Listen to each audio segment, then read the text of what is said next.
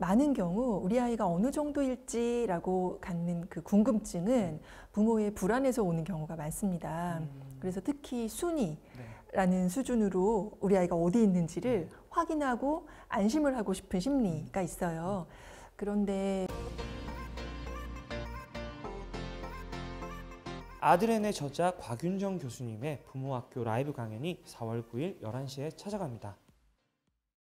안녕하세요. 조작가의 스몰빅 토크 코너입니다. 자녀교육 분야의 전문가를 모시고 인터뷰해보는 시간인데요. 오늘의 인터뷰는 지난번에 이제 저희 채널에도 출연해주셔서 많은 학부모님들께 문해력과 아이들의 독서 습관에 대해 귀중한 말씀 나눠주셨던 분인데요. 아동의 문해력과 언어 능력, 이중 언어 등에 대해서 연구하고 계신 서울대학교의 아동가정학과 최나야 교수님입니다. 저희 시청자분들께 다시 한번 인사 부탁드릴게요. 네, 여러분 안녕하세요. 다시 뵙게 돼서 반갑습니다. 오늘 좋은 시간 됐으면 좋겠어요. 그럼 우선 지난번 영상에서는 조금 저학년 아이들의 이야기를 주로 했어요. 그래서 오늘은 이제 조금 나이를 올려서 중학년 또는 고학년 그리고 그 이후에 대한 얘기를 또 나눠봐야 될 것 같은데, 이제 먼저 중학년에 해당하는 3, 4학년이 이제 아무래도 과도기잖아요. 그래서 그런 시기다 보니까 학부모님들이 비교적 이제 1, 2학년 때 비해서 더 걱정이 많으실 것 같아요. 그래서 실제로 3, 4학년이 이제 결정적 시기라고 말하는 그런 책들이 서점에 가도 뭐 굉장히 많이 있더라고요. 그래서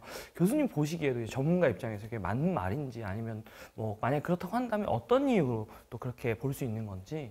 결정적 시기라고는 생각하진 않습니다. 왜냐하면 이제 제가 공부하는 아동학에서는 네. 이제 그런 표현이 사라진 지 오래예요. 왜냐하면 어떤 시기도 결정적인 시기는 없어요. 또 오히려 저희가 보기에는 중요한 건 어리면 어릴수록 더 중요해요. 태어나서 0에서 3세까지, 네. 또 길게 잡아도 3에서 5세까지 이때가 정말 중요하고요. 그러니까 그때부터 쌓아온 것을 계속 이제 차곡차곡, 그리고 부모님들이 헌신적으로 도와주셔서 우리가 잘 키우고 가르치는 거지, 이때부터가 정말 중요하다, 이런 거는 사실하고는 좀 거리가 멀거든요. 그래서 이렇게 겁을 주는 표현 같은 게 있다라고 하면 별로 염두에 두시고 휘둘리실 필요는 없을 것 같아요. 네. 그러면 결국은 이게 3, 4학년 때 부모님들이 조금 더 걱정이 많아지시는 그런 현상 때문에 그런 게 아닐까. 맞습니다. 생각을 해보게 네. 되는데, 눈에 보이는 게 있기 때문이에요. 그러니까 사실 아이들을 키우는 건 중요한 건 똑같은데 3, 4학년 때 좀 눈에 보이게 달라지는 것들이 있죠. 교수님께서 직접 애들 키워오셨잖아요. 어떤 게 달라지셨었나요? 일단 아이들이 학교라는 것에 대해 좀 1, 2학년 때 익숙해졌다면 네. 3, 4학년 때 갑자기 학교가 이런 거였어? 하는 게 또 생겨요. 왜냐하면 교과가 좀 확대가 되고 공부의 수준이 조금 높아지죠. 네. 그리고 예를 들면 뭐 학교에서 아무리 시험을 안 봐도 뭐 단원평가 이런 게 있어요. 그걸 경험하면서 부모님들이 그 결과물로서 뭔가를 보셨을 때 우리 아이가 잘 못 따라가나? 이런 생각을 어떻게 보면 처음 하실 수 있는 때가 3, 4학년 때일 가능성이 높아요. 그러면 이제 좀 문해력이랑 읽기 얘기를 해봐야 될 것 같은데, 특히 이 중학년, 3, 4학년부터 시작을 해서 요때 읽기는 그 전 1, 2학년 때 어떤 점들이 좀 달라지나요? 네, 읽기에서는 좀 달라지는 점이 크게 느껴지실 시기예요. 왜냐하면 이제 1, 2학년 때는 아이들이 아무래도 읽기, 해독, 이게 많은 에너지를 좀 집중을 했다면, 즉, 이거는 어떻게 읽는 거야, 문장은 이렇게 되어 있어 라는 정도에 좀 익숙해져서 쉬운 글, 짧은 책, 이런 것들을 충분히 읽어나가면서 뭔가 준비를 마치는 단계였다면 3, 4학년 때부터는 본격적으로 좀 길이감이 있는 책, 이런 것으로 접어드는 단계거든요. 네. 그래서 소위 이제 읽기 유창성과 이해, 이 부분에서 개인차가 많이 나타나는 시기예요. 그러면 이제 결국은 부모님들이 3, 4학년 시기에 그런 책들을 많이 찾아보시고 고민하시게 되는 게, 방금 말씀하셨던 것들이 적지 않게 잘 안 돼 있는 경우들이 많기 때문일 것 같아요. 그러면 3, 4학년 때 그런 것들을 이제 다시 조금 우리가 잘 만들어보자 하면 일단 가능은 한 건가요? 물론이죠. 제가 아까 결정적 시기란 없다라고 말씀드린 게 바로 그거예요. 언제도 늦지 않아요. 네, 그러면 오늘 그 가능하게 만드는 방법들을 조금 영상에서 이제 깊이 얘기를 나눠보도록 하겠습니다. 그럼 이제 그런 맥락에서 먼저 이번에 출간하신 이제 초등 문해력을 키우는 엄마의 비밀 2단계 책을 이제 또 내셨어요. 그래서 지난번에 이제 저희 영상 통해서 1단계 책을 소개해 주셨는데, 이번 2단계 책은 1단계 책과 어떤 차이점이 있나요? 3, 4학년들을 이제 특별히 더 대상으로 했고요. 이제 그러나 이때 처음 시작하시거나 우리 아이의 문해력이 사실 밑준비가 그렇게 충실히 되어 있지 않다라고 라고 하신다면 저는 과감하게 1, 2학년 이전의 거부터 하시는 거를 권해드려요. 우리나라 아이들 중에 한 중상위 이상 되는 아이들의 수준에 맞게 학년 구분을 지금 한 거다 보니까 어떤 문해력인 측면에서 네. 그 범위 밖의 아이들이 훨씬 많거든요. 그래서 그 아이들을 생각하면 저는 좀 할 게 많다라는 생각이 들어요. 그래서 부모님이나 선생님들께서 앞에 거부터 하면 되지 이런 마음을 좀 갖고 편하게 시작하셨으면 좋겠어요. 근데 제가 이제 그때 나오셨던 당신의 문해력 그 방송을 보니까 이제 아이들마다도 뭐 같은 학년이라고 해도 그 문해력 격차가 굉장히 뭐 아주 천차만별이더라고요. 그러면 부모님 입장에서 조금 궁금하실 수 있는 게 우리의 애 문해력이 어느 정도 수준인지 일단 알아야 뭔가 조치를 또 취할 수 있잖아요. 그래서 그런 것들을 좀 확인할 수 있는 방법이나 뭐 기준이나 이런 게 있을까요? 구체적인 책을 가지고 만약에 전문가들이 얘기할 때 이게 3학년 아이들이 읽을 만한 책이라고 하더라. 4학년 아이들이 이거를 많이 읽는다더라. 이런 거는 뭐 온라인 서점에만 들어가셔도 충분히 보실 수 있어요. 그걸 보시고선 아이랑 천천히 한번 같이 읽어보세요. 그래서 아이가 그거를 읽을 시간을 주신 다음에 그것에 대해서 대화를 나눠보시면서 뭐 제가 여기 쓴 것 같은 그런 질문들 하셨을 때 아이가 어떤 답을 하는지 그게 가장 중요한 단서예요. 그래서 아이들이 학년 수준에 맞게 생각을 할 수 있는지, 그래서 그것을 말로 또는 글로 표현할 수 있는지가 결국은 문해력이거든요. 전 이 말씀은 꼭 드리고 싶었는데 책 동아리를 하시거나 어머니한테 아버지한테 이렇게 문해 지도를 책으로 해보세요 라고 말씀드리는 첫 번째 이유는 우리 아이가 얼마나 못하는지를 느끼셔야 되기 때문이에요. 왜냐하면 뭐 이거 한다고 해서 아이들이 다 잘하지 않아요. 딱 그 학년 수준에 맞게 생각하고 답하거든요. 그거를 부모님들이 아실 필요가 있어요. 이 아이가 어떤 책을 읽고 어떤 생각을 했고 그래서 어떤 결과물로 글을 남겼는지 같은 거에 정말 관심을 안 두세요. 근데 그러면 이 아이가 과연 지금 사고력이 어느 수준이고 이해를 어느 정도 했는지 그걸 자기 말로 어떻게 표현하는지에 대해서 부모님들이 감이 없으세요. 근데 그건 너무 많은 걸 놓치는 거거든요.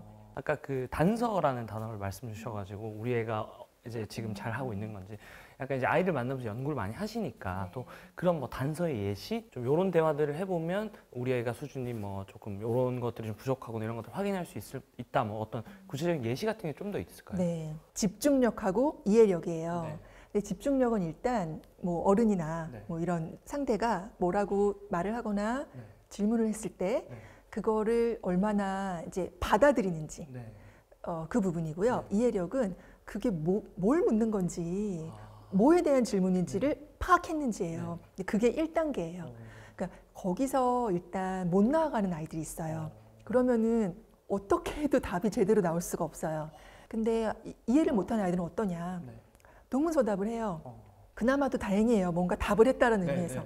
동문서답을 하기 전에 뭘 묻는 거예요? 라는 표정을 눈빛으로 보내요. 그래서 그것만 봐도 아 얘가 이해를 못했구나. 내가 구사한 문장의 의미, 거기에 쓰인 어휘의 의미들을 제대로 파악을 못했구나. 이걸 알 수가 있는 거죠.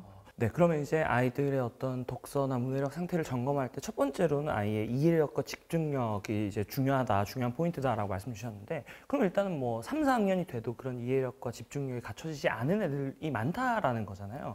그럼 왜 그런 걸까요? 0에서 3세, 3에서 5세 다 중요하다고 말씀드렸잖아요. 그때까지 어른과 어떤 언어적 상호작용을 했는지가 정말 하루하루 쌓여요. 그래서 그 부분에서 아이들은 개인차를 많이 가질 수밖에 없어요.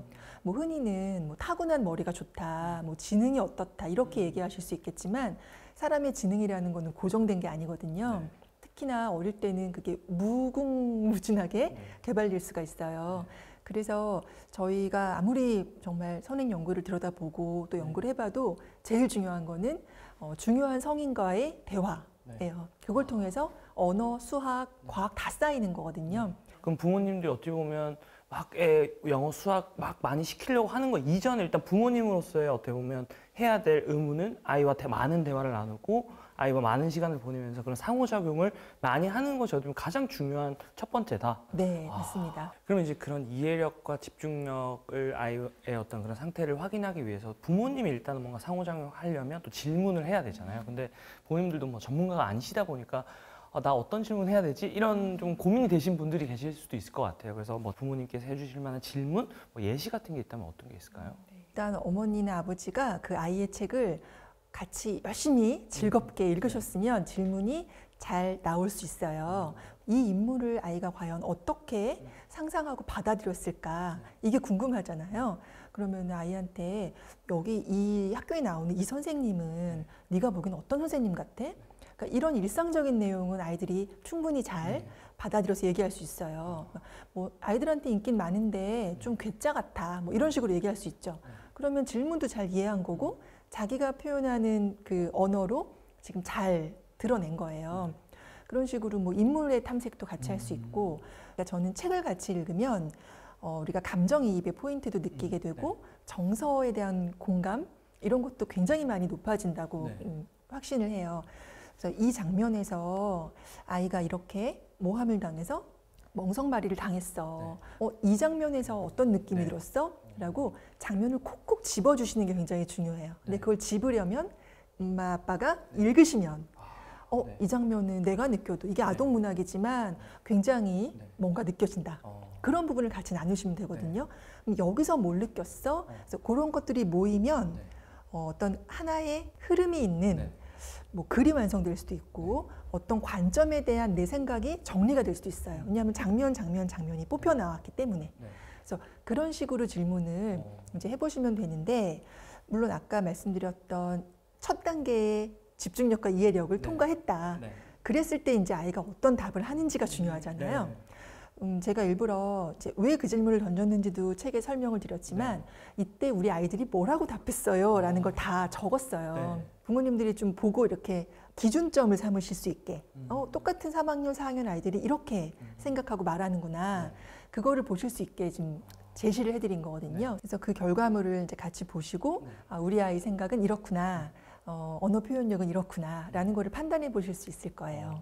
그럼 이제 말씀을 듣다 보면 어떤 부모님들은 약간 이런 오해를 할 수도 있을 것 같아요. 그럼 질문했을 때 우리 애가 정답을 말하지 못하면 이해력, 집중력이 떨어지는 건가? 그래서 여기 있는 많은 질문들이 정답을 요구하지 않아요.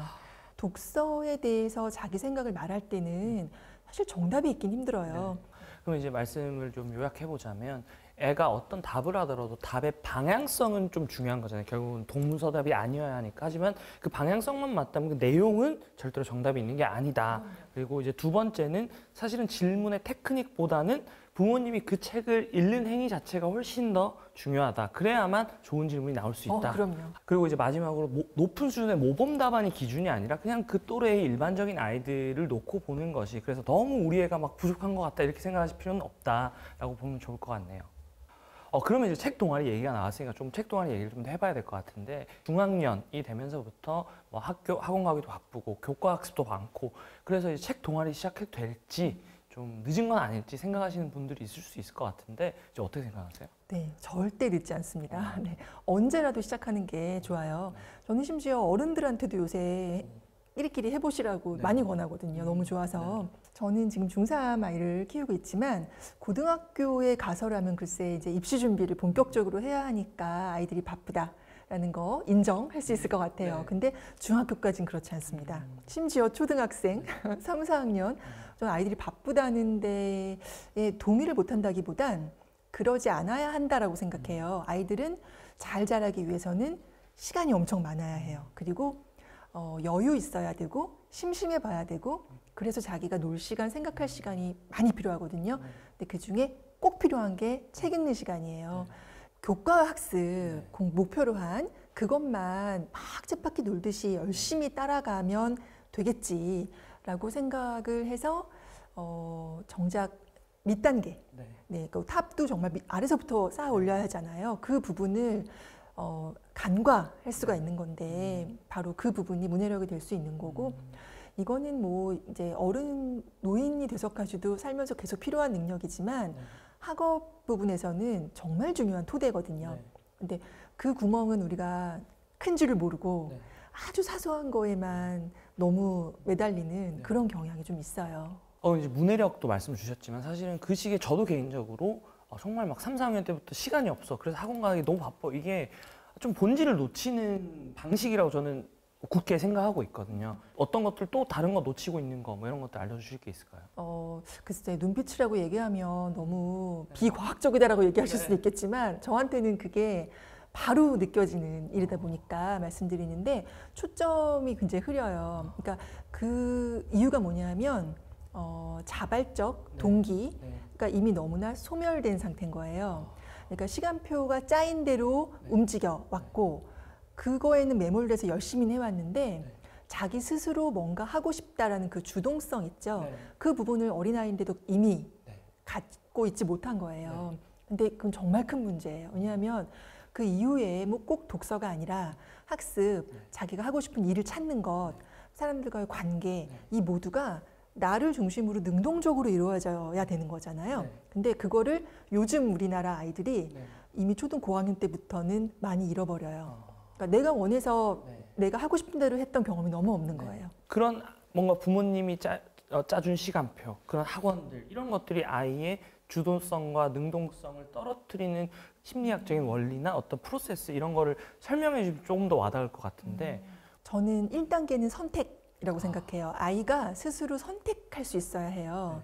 그러니까 저는 사실은 좀 우유부단한 면이 있어서 아이를 그렇게 키우고 싶지 않았고 아이를 선택을 잘하는 아이를 키워보자라고 결심을 했어요. 그래서 아이가 아기 때부터 누워있는 아이한테 옷을 항상 2벌씩 들고 어떤 걸 입고 싶니? 물었어요. 근데 안 믿으실 수도 있지만 아이가 마치 돌잡이 하듯이 하나를 딱 집어요. 그리고 그거를 입혀줬어요. 그리고 책도 똑같아요. 이거는 꼭 제가 추천드리고 싶은 방법인데 그날 아이랑 읽었으면 좋겠다 싶은 책이 부모님 마음에 있잖아요. 그러면 한 3권 정도 이렇게 고르셔서 너 이 중에 뭐가 읽고 싶어? 이렇게 물어보시는 거예요. 그 아이가 하나를 고르겠죠. 그래 좋은 거 골랐네. 이거 읽자. 그래서 같이 읽는 거예요. 이거 이제 조삼모사잖아요. 왜냐하면 고를 거는 다 정해져 있고 그 중에 아이가 고르는 거잖아요. 그런데도 아이는 내가 선택했다라고 느껴요. 그리고 내 선택이 받아들여졌다. 내 선택은 굉장히 귀중하고 가치 있다.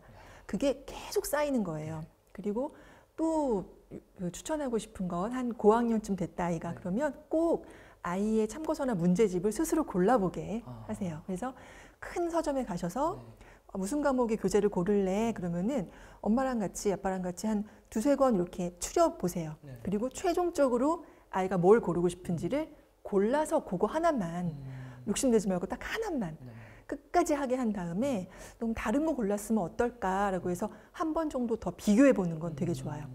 또 비교해 보니까 어땠니? 그때 내가 내릴 수 있는 판단이 정말 중요한 거고요. 초등 고학년 때 그런 경험이 쌓인 아이들은 중학교 가서 공부 걱정 없이 하거든요. 그런 어떤 자기 선택. 그래서 내가 선택한 대로 뭘 할래? 나 이 시간에 뭐 하고 싶어? 이거 한 다음에 뭐 하고 싶어? 이 경험이 요즘 아이들한테 너무 없어요. 아까 이해력, 집중력 얘기 나왔으니까 그 부분을 좀 약간 연계해서 한 가지 질문을 더 드려보고 싶은데 이제 약간 부모님들의 입장을 한번 대변해 보자면 이제 이게 어떤 이해력이나 집중력이 우리의 문해력을 막 이렇게 부모님이 전문가가 또 아니다 보니까 정확하게 판단하기가 어렵잖아요. 그러면은 학원에서 레벨 테스트 하는 거, 뭐 학교에서 또 단원평가 보고 오는 거 이런 것들 보고 오면 뭔가 좀 걱정이 되고 우리 애가 좀 많이 부족한 게 아닐까? 뭔가 내가 더 지원을 해줘야 되는 게 아닐까? 그런 걱정 때문에 오히려 더 그런 것들 많이 시키시게 되는 그런 경우들이 있는 것 같아요. 그래서 학교의 단원평가나 뭐 학원의 레벨 테스트 이런 것들을 갖고 판단하는 것이 좀 적절할지 어떻게 생각하시나요? 네, 실제 막 일어나고 있는 일이니까 아주 좋은 질문을 주셨네요. 많은 경우 우리 아이가 어느 정도일지라고 갖는 그 궁금증은 부모의 불안에서 오는 경우가 많습니다. 그래서 특히 순위라는 수준으로 우리 아이가 어디 있는지를 확인하고 안심을 하고 싶은 심리가 있어요. 그런데 그 많은 그런 평가가 그렇게 아이한테는 도움이 되지 않습니다. 원래 진정한 평가란 그 결과를 통해서 이 다음에 어떤 방식으로 공부해야 될까로 이렇게 환류가 돼야 되는 거거든요. 어떤 그런 프로그램 하는 게 좋을까, 어떤 방식으로 공부하면 좋을까를 알기 위해서 평가를 하는 건데, 그래서 이게 이제 뭐 대학 입시를 앞두고 정말 고등학생들이 한다 그러면 어느 정도의 그 이렇게 정보를 얻기 위한 의미가 있는데 아주 어린 아이들한테 주어지는 요즘의 레벨 테스트는 많이 과도한 면이 있습니다. 만약에 문해력에 대해서도 진단 이런 게 최우선시 된다. 그러면 저는 그건 좀 말리고 싶어요. 아까 말씀드린 대로 질문을 이해했나? 네. 이 책을 재밌게 읽었나? 네. 이런 게 이제 중요한 진단인 거고요. 네. 제가 권하고 싶은 건 실제 활동. 네. 그러니까 부모님이 아이랑 같이 책을 두고 하는 상호작용. 그게 얼마나 많이 이루어지는지가 이 아이의 발달에 중요한 거지 얘가 지금 어느 시점에 있는지를 알아내는 거는 중요한 건 아니에요. 근데 이걸 특히 과하게 한다. 그러면 부작용, 역효과가 엄청 커요. 그러니까 아이들이 거기에 시달리기 때문에 스트레스를 받고 불안해하고 제일 중요한 거 동기를 잃는 거예요. 했는데도 안 됐는데 점수가 안 나왔는데 어떻게 만족을 느낄 수 있겠어요? 그래서 과한 평가는 지양하는 것이 지금 우리 사회에는 정말 필요합니다. 그럼 실제로 어떻게 보면 그런 진단들이 정확하지 않을 수도 있고 동시에 그거를 받아들이는 방식이나 태도를 조금 우리가 좀 더 바람직한 방향으로 가져볼 필요가 있다.